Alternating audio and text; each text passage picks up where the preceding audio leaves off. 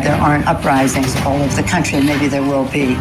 People need to start taking to the streets. This is a dictator. Enemies of the state. Show me where it says that protests are supposed to be polite and peaceful.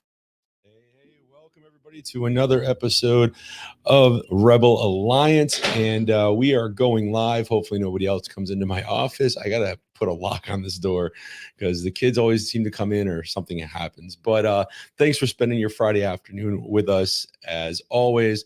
And again, anything you hear on this channel does not constitute tax or legal advice, just one person's opinion on whatever topic we're discussing. So today is going to be a little bit different. Today we're going to do a little bit of a preparedness type of video. It's probably not going to be super long, but if you are watching live and you have questions, jump into the chat. Let me know where you're from. Let me know what kind of questions you have. And if you have a question about associations, feel free to throw that in there too. We can always change things up a little bit. Now, as always, if you want more content, feel free to go over to eastcoastpma.com for more content, blog posts, stuff like that. Also, if you are looking to have an association and you want to do it yourself, we did come up with these DIY templates, these hybrids, myself and the ladies over at the PMA Manifesto. So you can go either to the PMAmanifesto.com or you can go over to East Coast PMA, either place you can find those. And the directions are really good, really get you kind of through everything. And then the one last bit of housekeeping before we jump into this, and I'm still trying to feel out how I want to do these intros because a little bit different than doing just the talking head videos that I usually do, is that if you are running an association or you have an association, or maybe you just want to take back some of your computer sovereignty, then you got to go and see the guys and gals over at Start 9. They have great home servers that you can use, a couple different options. And if you use the code Rebel Alliance at checkout, you can get 9% off, and it helps me here producing these videos. So definitely look into that. And maybe I'll have to get somebody out from Start 9 to give a little overview of the whole system more in depth than what I did. So that being said, like the topic of the video says, food and water storage, preparing for long-term survival. Now, this isn't doom and gloom. This is more of a, hey, you should be prepared if you have a family. Even if you're by yourself, you're an individual person, you should still have some preparedness level, whether it's, you're in New England like I am, and there could be a ice storm or a blizzard, or you're somewhere where it floods, or there's tornadoes or hurricanes that come through a lot, or whatever your environment might throw at you. Or maybe something is, economical, like losing your job and you need to, find a new job, but you got to make sure you got stuff to make ends meet for the next 30 or 60 days. So one book, and I didn't put this in the description. Yeah, I picked this up Barnes and Noble. I think I just needed something to read one day. And so I picked this up. It looked pretty good. So, Prepper's Long-Term Survival Guide. It's got a lot of good information in there. And it's got some real basic stuff like having dice and a deck of cards.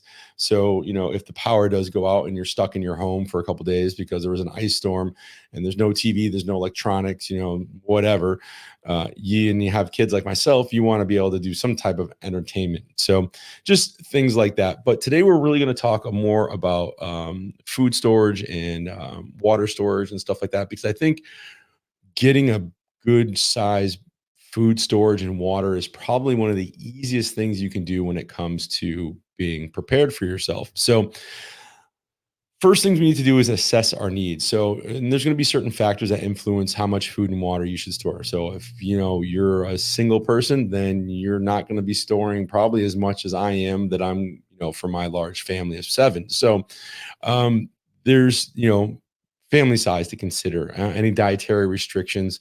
And then if there's any, dietary restrictions in regards to, like, maybe you have to have low sodium food because you have high sodium or what have you. So, or maybe you have to be gluten free. So you want to have those things taken care of. And going to, Aldi's or another big box store and buying a 50-pound bag of lentils, maybe that doesn't work because you got somebody in your family that's allergic to lentils like we do. So you want to have, kind of put out a list of some of the factors that you need to consider when storing food and water. And one of the easiest ways I found to do this, and this isn't mine, I forgot where I've gotten this from, probably one of the many books that I've read, is basically just taking a notepad, taking a yellow pad like this here, and every day that you eat something, you jot it down. So you had eggs for breakfast with English muffin.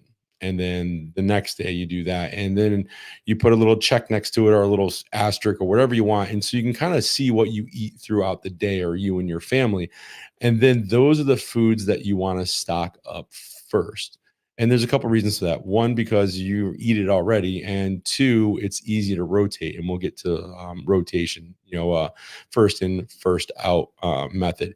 So you want to look at stuff that you eat on a regular basis, whether it's macaroni and cheese, Lipton soup, whatever it is, right? Get that stuff first. And every time you go to the grocery store, buy an extra one of something, of whatever it is that you're purchasing that's on that list, to build your initial stockpile or your initial start to your preparedness pantry, right? And then you can start moving on from there, and we'll talk about some of the other things. But if you don't eat peaches, then don't go buy a whole bunch of peaches, I guess, is basically what I'm trying to say. So let me just put up the comments here. All right. Hey, Frozen Dog, thanks for coming by and checking us out in Missouri. I appreciate it. I bet you're probably colder than we are. We have gotten zero cold weather in the last month here in Connecticut. It's 50 out, I think, today. It's ridiculous. Not that I'm complaining, because it's less wood and oil I have to burn. But anyways, thanks for coming by and watching today. Let me know if you have any questions as we're going through this. So once you figure out what you eat on a regular basis, you want to start stocking some of that stuff up. And like I said, buying an extra one here or there. Now, canned goods are a good way to stockpile stuff. They last for a fairly long time. You can, rotate them very easily. Downside is let's say there was some chemical emergency in your area, or you couldn't stay at your house and you had to go. Cans may not be the easiest thing to transport. There might be other options that we're going to talk about, like freeze drying or dehydrated foods. Now, we have a Harvest Right freeze dryer. It's still at my mother-in-law's. I haven't gotten it over here yet to the new place because I just don't have a spot for it yet in the garage, because there's still just stuff everywhere.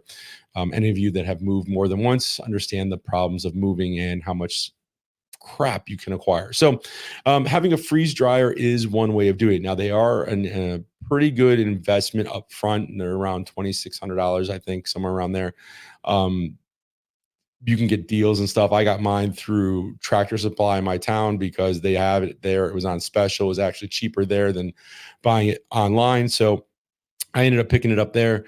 But there is a learning curve with the freeze dryer, and there's a bunch of videos out there you can watch. There's one guy who freeze dries everything, but I've done everything from meatballs to steaks to eggs to milk to salmon. I've done all kinds of different stuff, vegetables in this freeze dryer.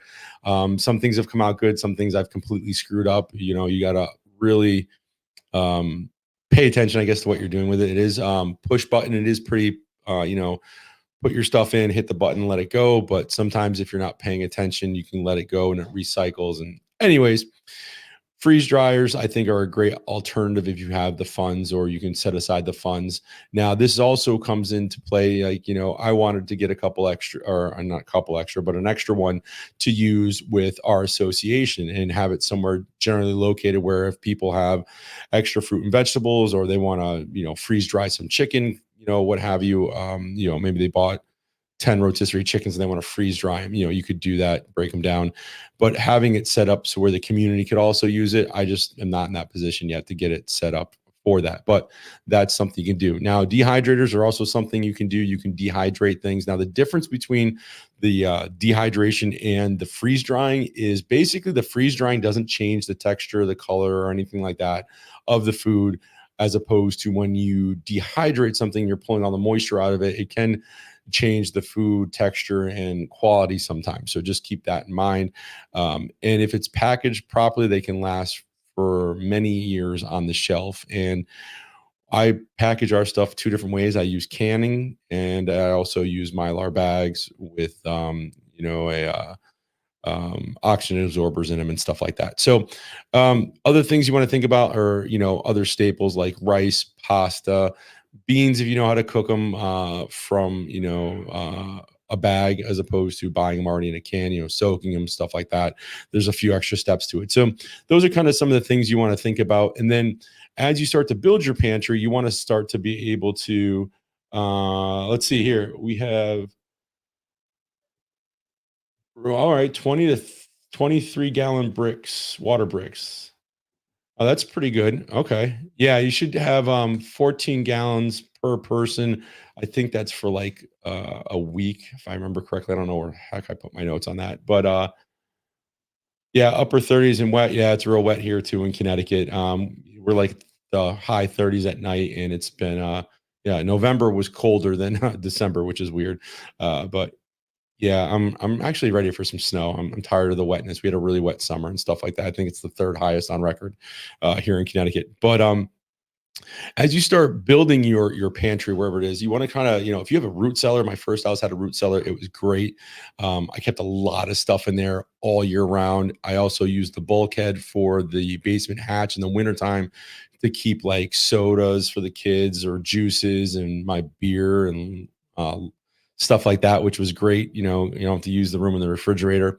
And the root cellar too was awesome. I'd load that up with stuff and leave stuff in there, water and what have you. So when it comes to food rotation, what you want to do is you want to take the stuff that came in first and use that first. So kind of think of like a store shelf where you have your cans in the front and then they go all the way back. So you just want to kind of rotate, constantly bringing stuff to the front as you use it and then replenishing it in the back. That's a great way of doing it. Same thing, even if you're preserving with maybe you're doing your own canning and you're canning your own meats and your own fishes and you're doing your own fruits and vegetables and stuff like that, whether it's water bath or pressure canning. You want to also, make sure not only are you labeling the top. I like to use blue painter's tape and then put all my my dates and stuff on, but then use that in the same manner you would as if you had, using the canned stuff. Same thing if you have freeze dried bags of food that you made, you want to rotate it the same way. And again, vacuum sealing and Mylar bags with oxygen absorbers, I think is a great way to go. I use that a lot. Um, I'm trying to think of the one that I have. It's a popular, it's a lower end vacuum sealer, but it works, gets the jobs done. There are some that will vacuum and seal Mylar bags. Not all of them will vacuum and seal Mylar bags. So you got to be careful about that because the Mylar is a little bit thicker. It may not secure it properly, and oxygen will get in and ruin your food. So when it comes to water, you want to make sure that you're thinking of water for brushing your teeth, sanitation, drinking, cooking, doing laundry, stuff like that. Oh, here's a quick little tip for you. If you want to make yourself a laundry washing machine, we did this with Liberty. We got together, God, it must have been a year ago now, year and a half.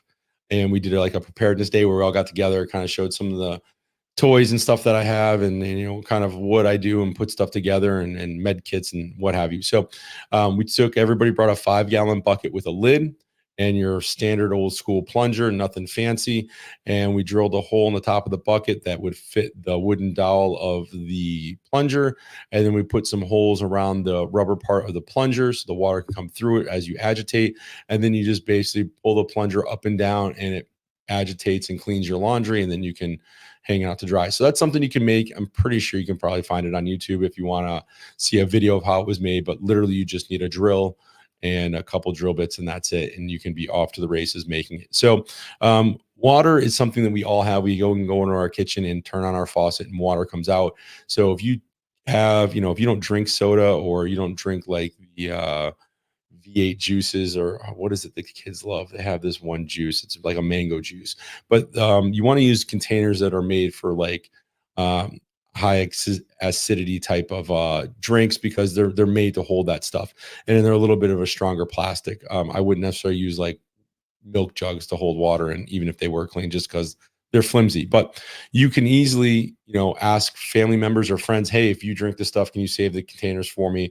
And then same thing, date and label them, and then make sure they're cleaned out really well. And then you just fill them up with your tap water. There's nothing else you have to put into it because as long as that tap water coming out is not contaminated, the water going into those jugs are not going to be contaminated as long as they've been cleaned properly. And then just throw the cap on them, stick them somewhere in a cool, dry place. Check on them frequently, because if you don't want to have a bottle break or something like that, or crack or what have you, if it got too cold and maybe you're storing them in your garage and it gets too cold in the wintertime. So that's one easy thing that will cost you absolutely no money.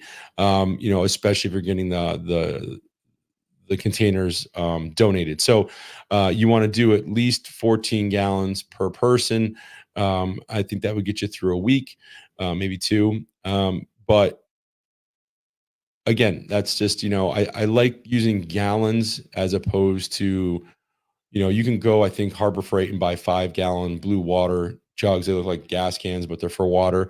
But then again, if you got to move that stuff, it's sometimes easier, especially like we have kids. So I know all my kids can pick up a gallon of water and go put it in my truck or wherever they're going. So you want to make sure that whatever you're storing it in, everybody or the majority of people can help move that stuff should you need to move it. So that's why I think gallons are a good size to go on. So talking about containers, and then you want to make sure that they're food grade. You don't want to use like, a Tide detergent bottle to store water in, right? I'm even sad that I have to say that, but I'm sure somebody out there would put water in one of those things and try to drink it out of there. There are different types of cans you can get to put stuff in, but I do like the uh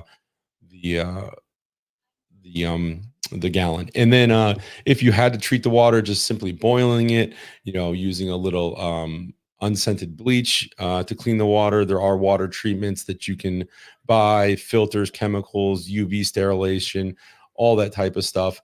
Life straws, if you need to filter, if you have a Berkey system, something like that, you can make your own. Just Google it. There's some guys out there that have put together some real good 5-gallon water filtration systems that are probably just as good as the stuff you pay $300 or $400 for online, because it's all really based on the filter. So you want to have that, and then have it in a cool, dry place if possible. Like now for us, the next town over, we also have a spring we can go to, and we check with the town, because sometimes the town shuts it down because if there's a lot of rain, it gets contamination. But that's some of the best water I think I've ever had, even though we're on a well here. So go out there and you can get water and store that also. When you are looking at cans, like let's say you go to the grocery store and you buy a bunch of cans and stuff in your pantry, you want to make sure that you know the difference between the best by and the use by date, right? You want to make sure you're rotating through the older stuff first, like we talked about earlier, and keeping a running list of what you have or inventory is also very important. Let's see. Some of the other things you have to consider is, we talked about keeping inventory and marking containers. Oh yeah, don't do like I did. If you decided to freeze dry stuff and you're like, oh, I'll write it in afterwards. Write what's going on the bag before you even put anything in there after you freeze dry it, because I've got like 7 or 8 bags. I have no idea what's in them. It could be freeze dried marshmallows, or it could be meatballs, or something in between. Who knows? But eventually we'll open those up and see those. And also, if you're freeze drying raw meats, make sure that's marked on there also, uncooked versus cooked, because you can freeze dry and pack steaks and stuff like that, and hamburger that's not been cooked. But you want to make sure that as soon as you reconstitute it, it gets cooked because of bacteria and stuff like that. Um, let's see, what else do we have there?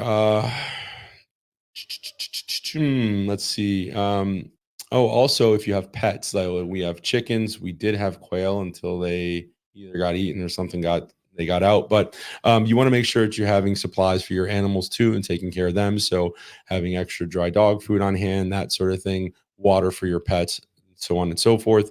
And this goes for all different types of pets that you have. We have a bearded, no, not a bearded dragon, a uh, leopard gecko. And that thing eats crickets. So if we don't have enough crickets for it on hand, what's going to happen? I'm not quite sure, but again, it's a lizard. So maybe they eat something else. I don't really deal with the lizard. That's my wife and daughter's thing. But again, like we talked about, special dietary needs, if you're allergic, medication conditions. Also, this isn't part of the food and water, but if you are on any type of long-term medication, ask your doctor for an extra 30 or 60-day supply. As long as it's not a narcotic, you should be able to get it and have it on hand just in case you can't get out of your house if there's some type of natural disaster or anything like that. So that's also important. Managing waste and sanitation, that's another big one.